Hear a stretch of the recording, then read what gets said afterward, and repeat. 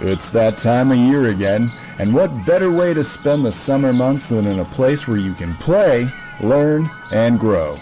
With plenty of activities to go around, we guarantee you'll have a fun and safe time here at Camp Crystal Lake, located in the Wessex County National. This is a Channel 7 News Scene special report. At approximately 8:30 a.m., the officers arrived at Camp Crystal Lake. Identified as Pamela Voorhees, 49, a former employee of the camp. Report that what you're about to see almost defies description, and some of you may not want to watch it.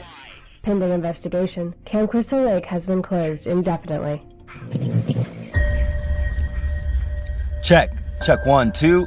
Hey everyone, Kyle McLeod here, checking in on another glorious backcountry adventure. This week, we're going to be venturing through the Wessex County National Forest. I should mention, this hike is not for the weary, so I recommend only intermediate to advanced levels tackle this route. Intermediate, maybe, advanced definitely. So let me catch any of you noobs out here.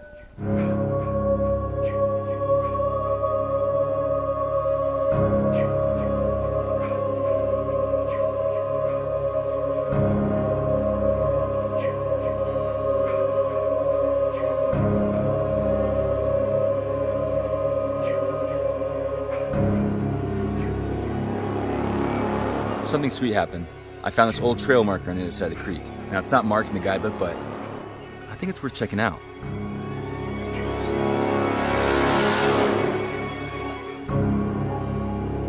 Camp Crystal Lake. Can't believe it. That story used to scare the hell out of me. I think someone was living here.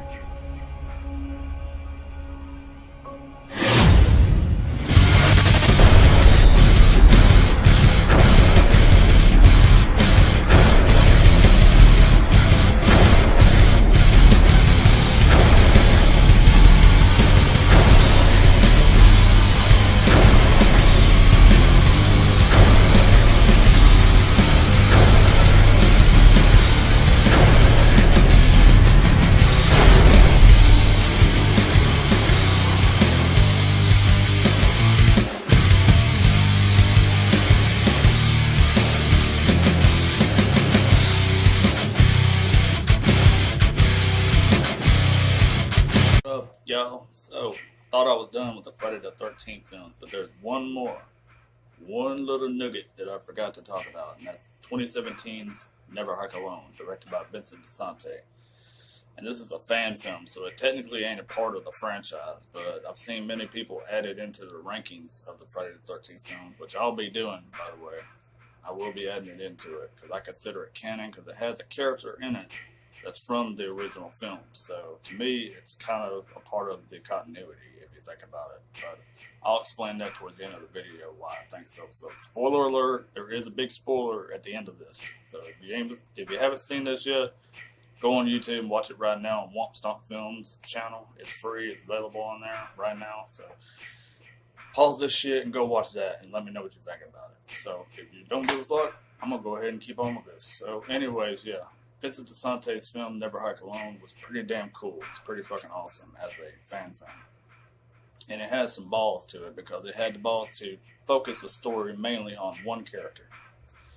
And I never thought I would see a Jason movie that had the story right on one character's shoulders for the entire runtime. And this is a 53-minute film. It's a feature full-length time span. It's not like a quick little 10, 20-minute fan film that you could see any day on YouTube. This is actually a full-length fan film that it's pretty damn awesome. It's got a lot of cool shit in it. Like I said, it focuses on one character named Kyle, and he's an experienced hiker roaming through the woods, and he's documenting his whole story with this GoPro camera that's so popular with today's culture and shit. And he's into parkour, he's into all that rigorous, extreme exercise stuff. So he's an experienced hiker. He knows what he's doing, and he camps out overnight. Documents it, but he's like I said, he's no slouch. He's got great combat skills when it comes up to Jason in this. He does run into him eventually, and he ain't no bitch. This dude actually puts up a damn good fight. So he's not only a smart character, but he's a badass. He knows how to defend himself. Because he gets in certain situations in this where you would think there ain't no way in hell he's going to survive 2 minutes against this version of Jason, and he actually does. So I got to give Kyle props for that, because he ain't no bitch, like I said. He kicks Jason's ass a little bit in this movie, so got to give him major props for that. And speaking of Jason, played by Vincent DeSante, the guy that directed this, he's a pretty damn intimidating Jason. Like, his version of Jason is pretty awesome. I really liked it. Everything from the mask, the wardrobe they chose for him, and his overall look, and his imposing body figure that he has in this. He's a big ass guy. He's a tall dude. So when he dressed up as Jason in this, it was pretty damn awesome. He's very intimidating, very foreboding and brutal. His Jason's smart. He's a hunter. He's not playing no shit, you know. He's got a little bit of the traits from Jason of Friday the 13th, 2009 remake.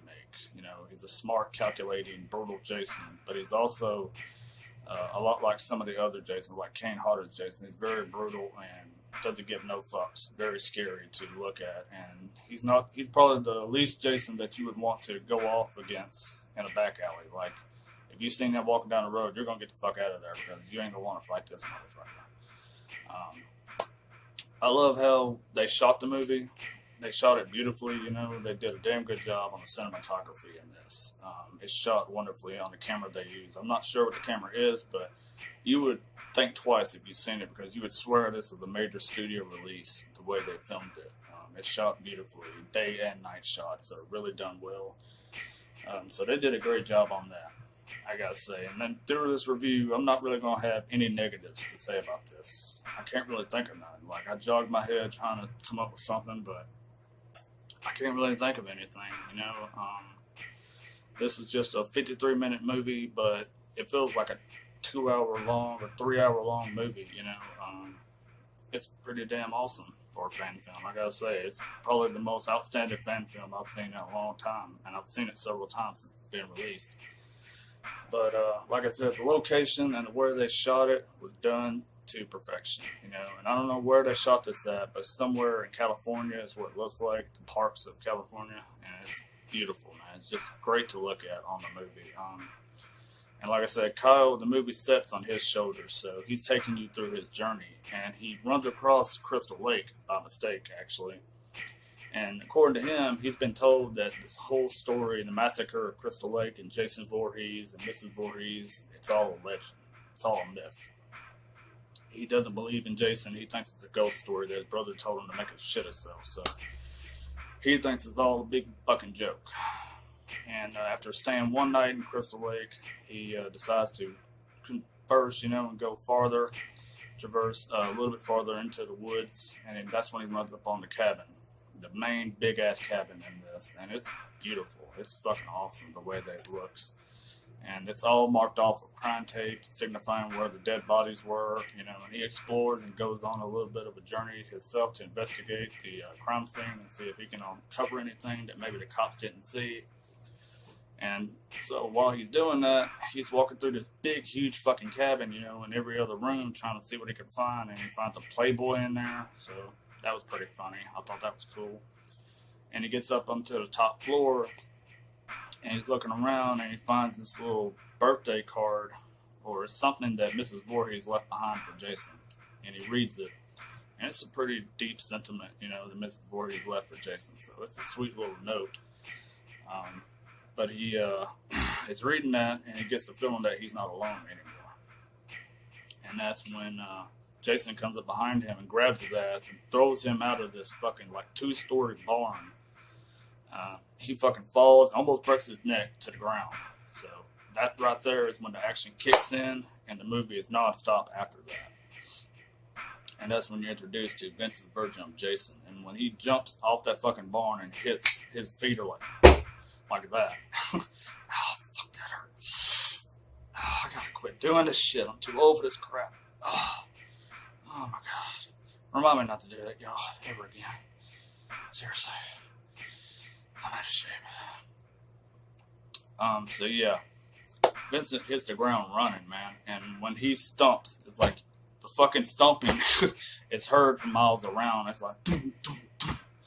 And it's a little exaggerated, so, I mean, if I had to nitpick anything about this, it would be that his stomping when he's walking is a little exaggerated, but other than that, I love everything else about this shit. He comes at Kyle with an axe and damn near hits him right in the fucking nuts.